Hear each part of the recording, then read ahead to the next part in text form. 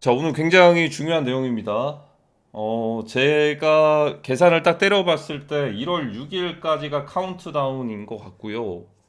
길게 봤을 때는 둘 중 하나예요. 지금 단기적으로 민코인들이 유입되는 시기가 교묘하지 않습니까? 미국과 베네수엘라의 군사 작전이 시작되고 나서 1월 2일부터 유입이 됐고요. 1월 1일에는 브로콜리 민코인이 먼저 시작으로 전반적인 민코인 시장의 펀더멘탈을 이제 순환되면서 가져오고 있습니다. 그리고 1월 3일에는 군사 작전이 시작이 됐고요. 자, 이런 여러 가지 1월 4일인가? 여러 가지 일들을 봤을 때는 이미 그 레드 팀과 블루 팀의 전쟁은 이미 시작이 됐고요. 블루 팀이 먼저 성공을 했죠. 이제 미국과 베네수엘라. 그래서 이제 레드 팀 라인은 어디냐? 러시아와 중국이랑 이제 북한이 있을 텐데 이란이랑 레드 팀이 갑작스럽게 역습을 할 수도 있습니다. 반격. 음. 반격을 할 수가 있다. 이미 시작이 된 겁니다. 왜 시작이 됐냐? 자, 이제 미국과 베네수엘라 사태를 보고서 이제는 이란이 이스라엘을, 북한이 한국을, 중국이 대만을, 러시아가 나토를 가지고서 군사 작전을 이름으로다가 이렇게 좀 이제 군사력을 움직여가지고 이렇게 그 작전들을 하는 것들이 어떻게 보면 자연스럽게 당연하게 됐을 수도 있어요. 물론 거기에 대한 시작은 이미 그 전부터도 있었겠지만 이제 일반 사람들이 좀 납득이 되는 상황이 되어야 되지 않겠습니까? 근데 이제 지금 납득이 될 만한 상황이 먼저 시작이 된 겁니다. 제가 예전부터 그래서 말씀드린 게 미국과 베네수엘라. 이거 굉장히 중요하다. 그래서 이제 레드팀의 갑작스러운 역습과 반격은 당장은 모르겠는데 이제 2026년이 유력하죠. 자, 그리고 제가 전에도 말씀드린 게 뭐냐. 3차 세계대전의 수혜주는 그 어디서? 또 누가 질문을 해주셨는데 잠깐만요. 이거 먼저 간단하게 말씀드릴게요. 저는 그 게임머니 토크나 메이플 메소처럼 이번에 리니지 클래식이 나온다는데 모르겠어요. 리니지 클래식에서 왜냐면 지금 이게 그 웹3 쪽으로 국내 게임사들이 NFT나 이런 쪽으로 블록체인을 확장시켜가지고 하기가 힘든 게 지금 게임머니들을 온라인 게임, RPG 게임에서 거래하는 것들 자체가 불법이에요, 사실. 엄연히 따지면은. 그게 만약에 개방이 되면은 NFT로 이어지는 그런 시장이 좀 활성화가 될 텐데 지금 그렇게까지 가기 힘들어 보여요. 그래서 좀 발목이 잡혔던 게 위믹스 같은 것들도 보면은 이제 외국에서 플랫폼이 활성화가 됐고 그 게임을 하려면 VPN을 써서 외국 IP로 들어갔어야 됐습니다. 그래서 뭐 리니지 클래식이나 이런 것들도 그런 건데 지금 이제 이 게이밍 쪽의 사업으로 블록체인으로 또 확장을 해서 기존의 IP, 지적 재산권을 그대로 가지고 와가지고 이거를 블록체인화 시키려면은 해외 쪽에서 사업을 해야 될 겁니다. 그 중에서 이제 국내에서는 대기업 중에 하나가 바로 이제 메이플 스토리를 그 블록체인화 시킨 게 메이플 스토리 N이라는 게 있거든요. 그게 한 오랜 기간 동안 준비가 됐고 지금 이제 순차적으로 진행이 되고 있는데 뭐 게이밍 쪽도 사실 민코인과 같이 갈 수 있는 영역 중에 하나가 될 겁니다. 어떻게 보면 비트코인의 채굴 자체가 채굴에 대한 채산성 어떻게 보면 채굴기 돌려가지고 채굴하는 것들도 있는데 사실 이 게이밍이라는 P2E라는 게임에서 게임을 하는 것 자체가 그 캐릭터로 우리는 채굴을 하는 거거든요. 그 경제 시스템에 참여를 해가지고. 그래서 이제 이런 식의 나중에 메타버스 속에서 이제 노동으로부터 해방이 되는 시대에 그래도 무언가를 해야 됐을 때 우리는 그 메타버스 속에서의 경제를 이루고서 노동 활동을 할 수도 있을 텐데요. 그게 바로 첫 번째로 이제 베타 테스트가 될 수 있는 게 게임을 하면서 돈 버는 게이밍이 될 수가 있다. 근데 지금 당장은 모르겠습니다. 개인적으로는.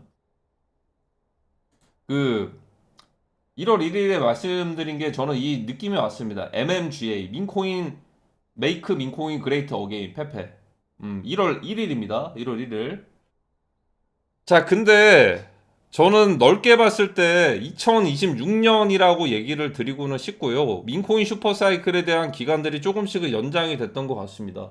정확한 날짜까지는 저도 뭐 일개 개미인데 어떻게 정확히 알겠습니까? 그쵸? 저는 뭐 예측과 분석을 하는 그리고 직접 트레이딩을 하는 트레이더로서 어떻게 보면은 이 정도가 될 것 같다라고 예상을 한 거지. 날짜까지는 정확히 알 수는 없습니다, 솔직히. 그냥 대강 이렇게 예상을 하는 거지. 그래서 2026년으로도 따지면은 굳이 따지면 Q2라고 말씀드렸어요. Q2. 그러니까 이제 2분기.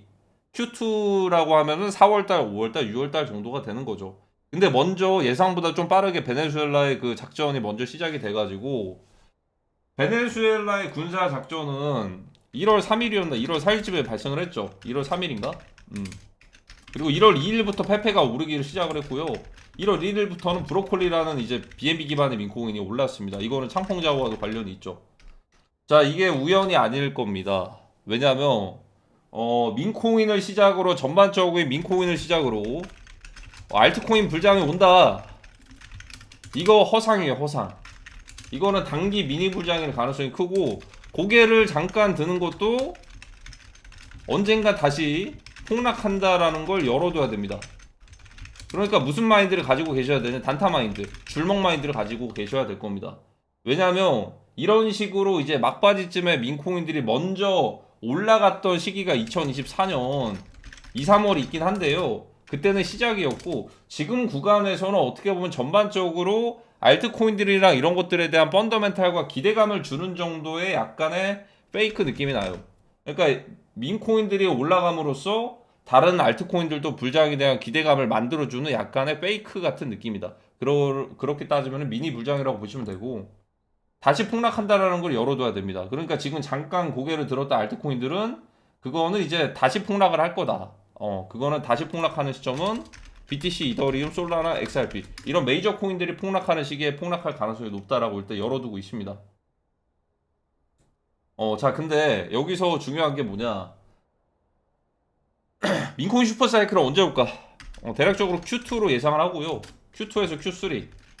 길게 봤을 때 좀 본격적인 시작은 2026년 말부터가 본격적인 시작이 될 거라고 생각이 들고 제가 전에도 말씀드린 것처럼 3차 세계대전의 수혜주가 왜 밈이냐?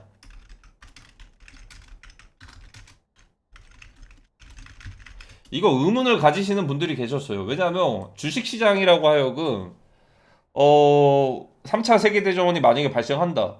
에너지 관련주, 식품주, 방산주 이런 것들이 많이 올라가고 반사이익을 얻겠죠. 그리고 직접적인 타격을 얻을 만한 반도체 관련 회사들, IT 관련주들 이런 것들은 조금 약간 좀 떨어질 수도 있어요.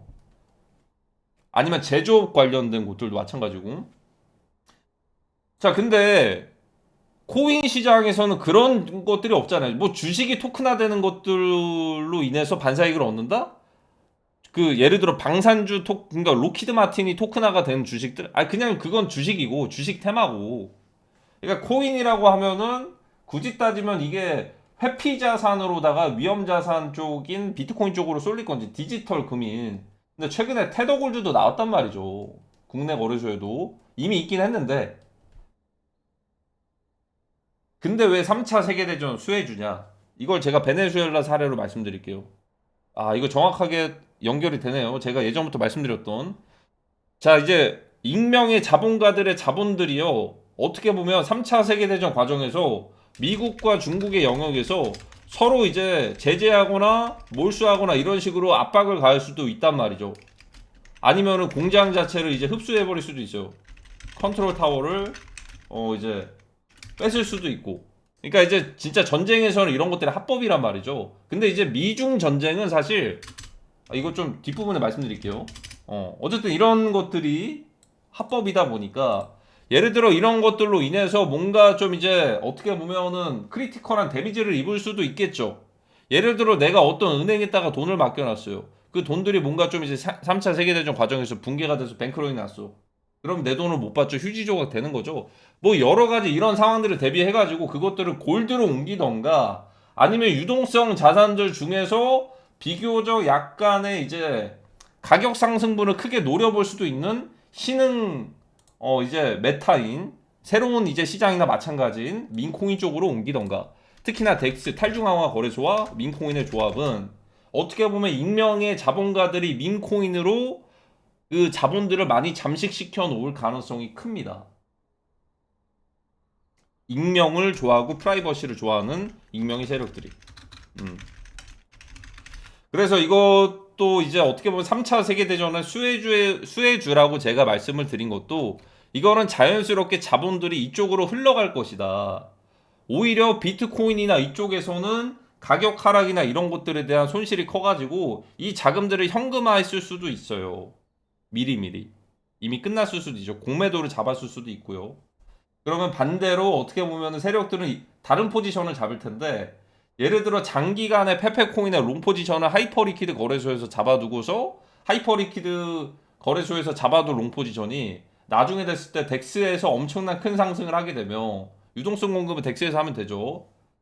그러면 자연스럽게 하이퍼리퀴드에서도 이중 차익 실현을 볼 수가 있겠죠. 덱스의 페페코인 가지고 있던 것도 올라가고 선물 롱도 올라가고 이런 메커니즘으로 이제 돌아갈 가능성이 큰데 제가 볼 때 본격적인 시작은 지금은 아니고 지금은 예열 과정이라고 저는 생각이 듭니다. 예열.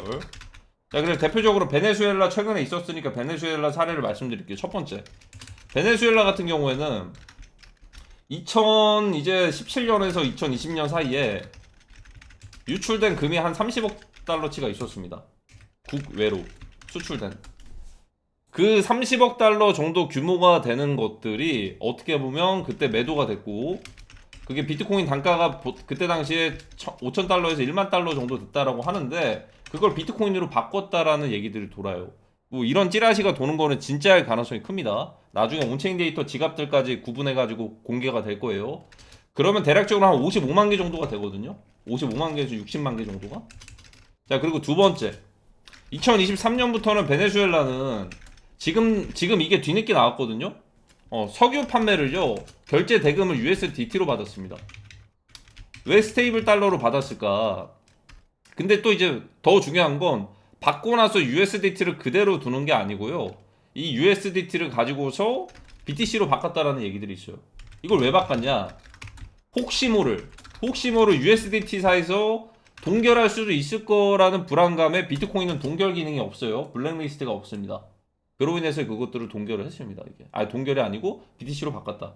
그러니까 2023년부터는 에너지를 판매한 대금들이 USDT로 받았고 이거로 BTC로 바꿨고 그 사이에 비트코인 가격이 올랐는데 거기에 상승에 대한 유동성이 어느 정도 역할을 했을 수도 있지 않을까요? 그렇죠. 2023년부터.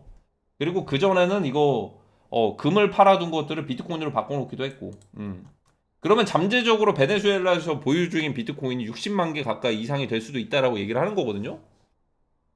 그러면 이게 퍼즐이 맞춰지는 게 이제 실크로드 압수 물량이나 미국에서 압수했던 비트코인 물량과 플러스 최근에 캄보디아 압수 물량 있죠. 거기에다가 지금 베네수엘라 물량까지 이것들을 다 합쳐버리면 트럼프 대통령이 추구하려고 했던 100만 개의 BTC 미국에서 보유 중일 미국 정부에서 보유하게 될 BTC 100만 개에 대한 플랜이 아이러니하게 성공하게 됩니다. 자, 근데 그게 이제 순탄하게만 가면 또 이제 지금의 싸움이 일어나지도 않았겠죠. 근데 이제 이 과정에서 어떤 일들이 벌어질 수가 있냐. 뭐 베네수엘라 측에서 예를 들어서 미국 쪽에서 그 사우디아라비아의 대수척이 있었던 것처럼 이런 프라이빗 키나 이런 것들 보관해놨던 것들을 제공을 함으로써 목숨을 건질 수도 있어요.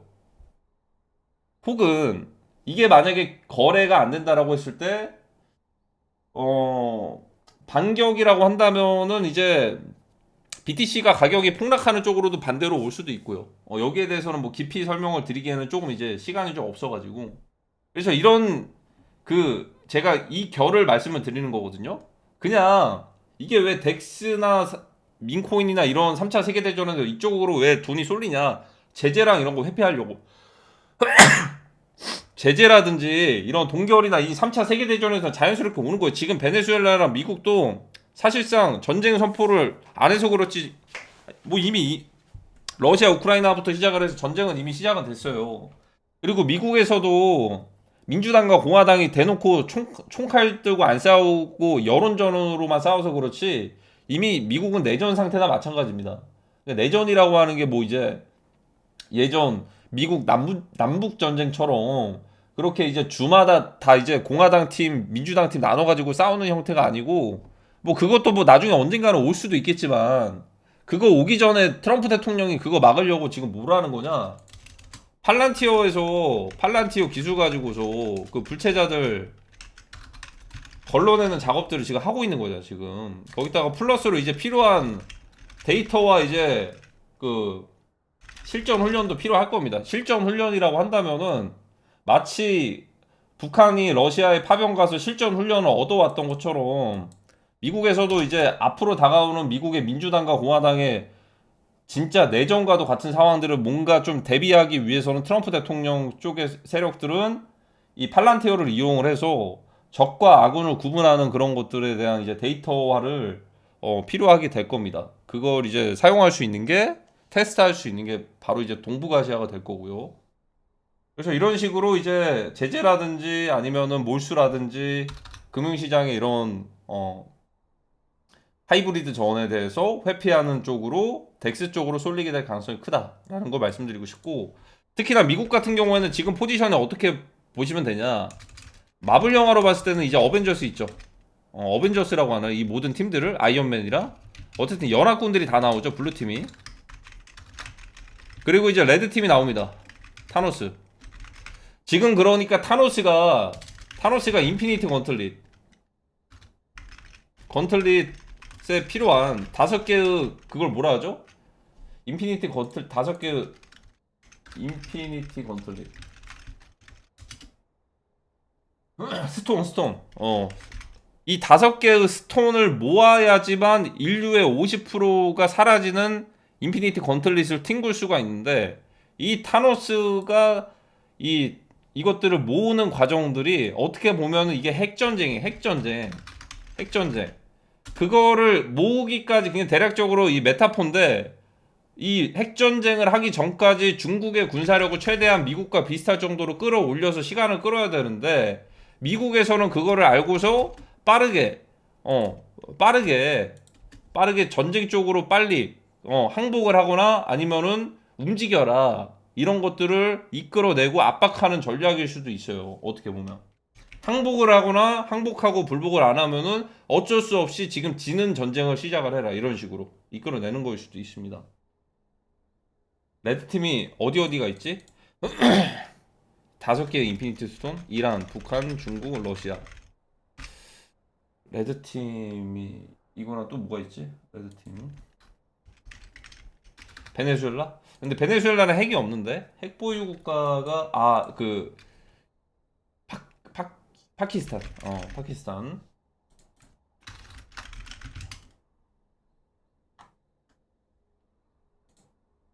인도구나, 인도.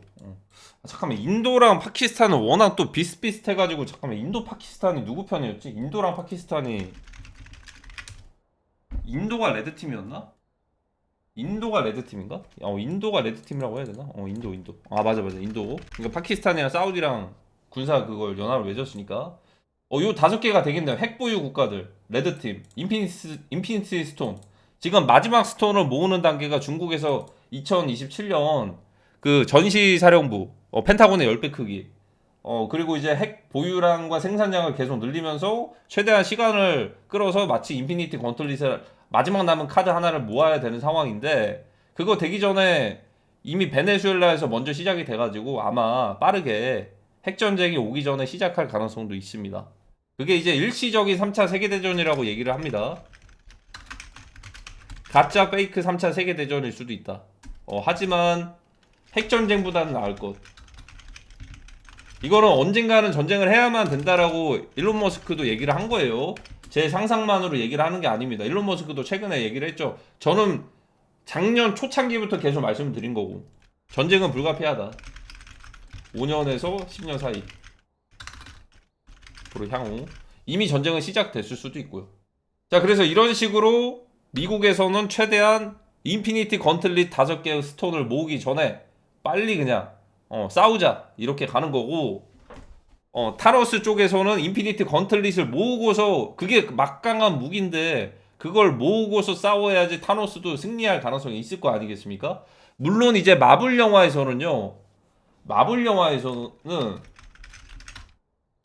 실제로 타노스가 인피니티 건틀릿을 모아가지고 튕기기도 했습니다. 그리고 나서 캡틴 아메리카 브레이브 뉴월드 새로운 세계로 그 다음 시리즈가 나왔죠. 캡틴 아메리카 브레이브 뉴월드. 이 메타포가 앞으로의 미래와도 좀 비슷할 거라는 생각이 듭니다.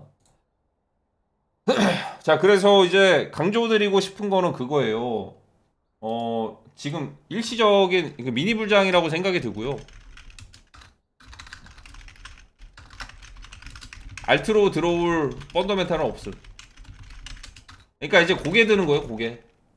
잠깐. 그러니까 고개 들다가 결국에는 다 떨어졌잖아요, 지금. 그러니까 무조건 수직 낙폭, 수직 하락이 아니고 지금 민코인 덕분에 고개 잠깐 드는 거예요.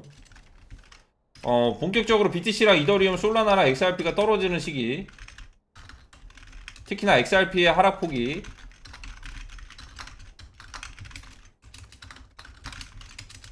그때는 알트코인 불장 기대해볼 수도. 불장이라고 하면은 그때는 그나마 좀 이제 물량들이 패닉셀로 인해서 해소가 돼서 반등하는 곳들. 대신에 민코인이 먼저 온다. BNB를 주목하시라. 900달러는 돌파를 했는데 940 정도 돌파하고 나서 이게 갑작스러운 조정이 왔던 거 제가 루나랑 비교를 해드렸죠. 영상 한번 다시 보시면 됩니다.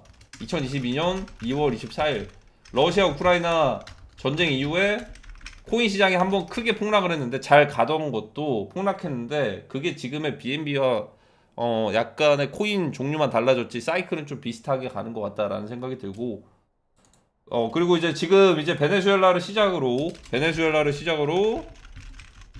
레드팀이 움직일 가능성이 크다. 그 중에서 레드팀 중에서 이란, 중국, 러시아, 인도, 북한이 있는데 요 5개의 나라 중에서 가장 지금 스포트라이트를 받고 있는 게 지금 노스코리아고 북한이 먼저 시작할 가능성이 있다. 시작 가능성이. 그러니까 레드팀 중에서 그러니까 여기 다 연결고리들이 있는 거예요. 인도는 파키스탄이고요. 러시아는 나토입니다. 우크라이나 패스고 우크라이나는 나토 전쟁하기 전에 만약에 종전 휴전을 안 하면은 영토 자체가 다 이제 그렇게 될 수도 있는 거고 중국은 대만이고 이란은 이스라엘이에요. 물론 이스라엘과 반대되는 그런 곳들도 많겠지만 지금 이란만 있는 게 아니고 대신에 이스라엘은 막강한 군사력과 이제 전자전이라든지 아니면은 휴민트, 정보 수집 그리고 또 이제 사이버적인 그런 것들도 이제 뛰어나기 때문에 군사력이 그래도 한국이랑 비슷하게 영토는 적은데 막강하죠. 근데 이 중에서 이 5개의 이제 그 인피니티 그 타노스의 인피니티 스톤 5개처럼 이 중에서 가장 먼저 시작할 곳이 북한이 될 가능성이 크다. 이거는 리브 더 월드 영화에서도 먼저 말해줬습니다. 오바마 전 대통령의 후원 그쪽이죠. 약간의 그런 플랜과도 비슷하게 갈 거예요. 어떻게 보면. 여기서 이제 배우가 누구냐? 아랍어, 인도 아니야? 인도가 아니고 이란 아니야? 이란 아니야 이렇게 봤었는데 알고 봤더니 코리아다. 그게 사우스 코리아인지 노스 코리아인지 모르겠지만 지금 상황에서 노스 코리아 확률이 높을 수도 있겠죠. 이런 식으로 됐을 때는 본격적인 WW3의 시작이 되지는 않겠지만 이거를 다가오게끔 만드는 스노우볼을 만들어낼 수도 있는 거예요. 제가 전에도 말씀드린 것처럼 요게 돼야지 요게 되는 거예요. 그리고 이제 높은 확률로 그런 상황이 됐을 때 민코인 쪽 덱스 쪽으로 쏠리는 자산들이 높아지고요. 그리고 플러스 달러 인덱스 DXY가 지금은 하락한 상태인데 요게 급등할 거거든요. 급등한다라는 거는 USDT, USDC, USD1 수요 증가합니다. 가격도 올라갈 수도 있어요.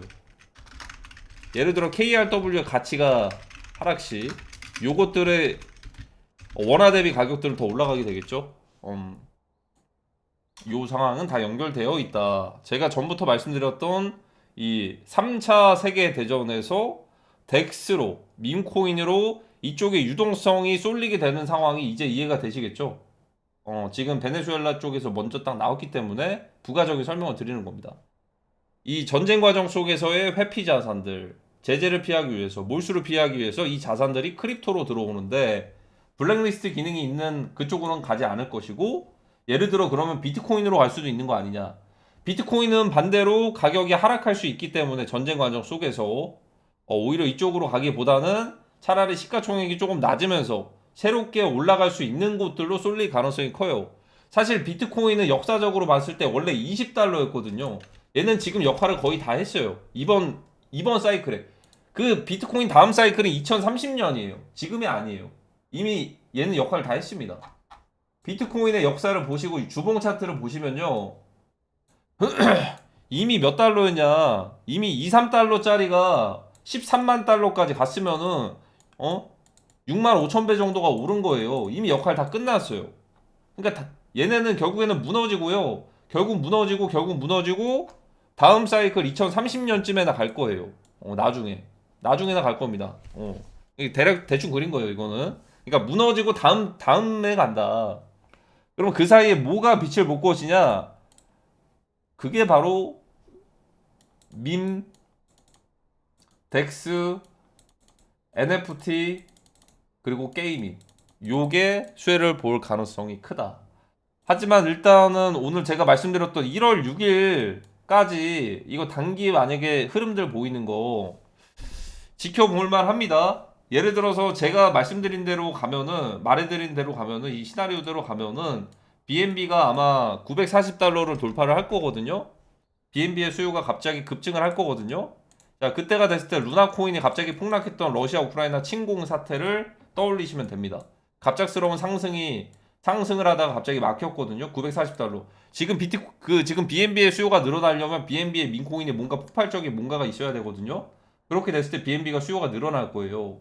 그렇게 되면은 여기 940달러 선까지 상승을 하고 나서 갑자기 조정이 왔을 때는 뭔가 국제적인 이벤트가 발생을 했을 때다. 마지막으로 그거 루나 한번 다시 보여드릴게요.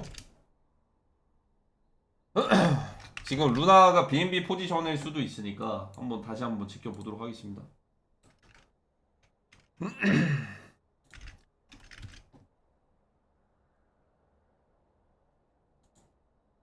너무 그리고 포모를 느낄 필요도 없습니다. 지금 알트코인들 이미 다 박살났어요. 괜히 불나방에 무리하시다가 다가오는 그 번지 때 그 추가 폭락 그 메이저 코인들 추가 폭락 올 때 그때 위험할 수도 있어요. 무조건 단타식으로 접근하시는 게 좋습니다. 단타식으로 무조건. 어쨌든 사이클에 대한 기회는 무조건 옵니다. 근데 단타식으로 접근하시는 게 좋을 거예요. 왜냐면 큰 거 한 방이 남아 있거든요. 자, 여기를 보시면 그 루나가 어디 있어? 2월. 여기 있다.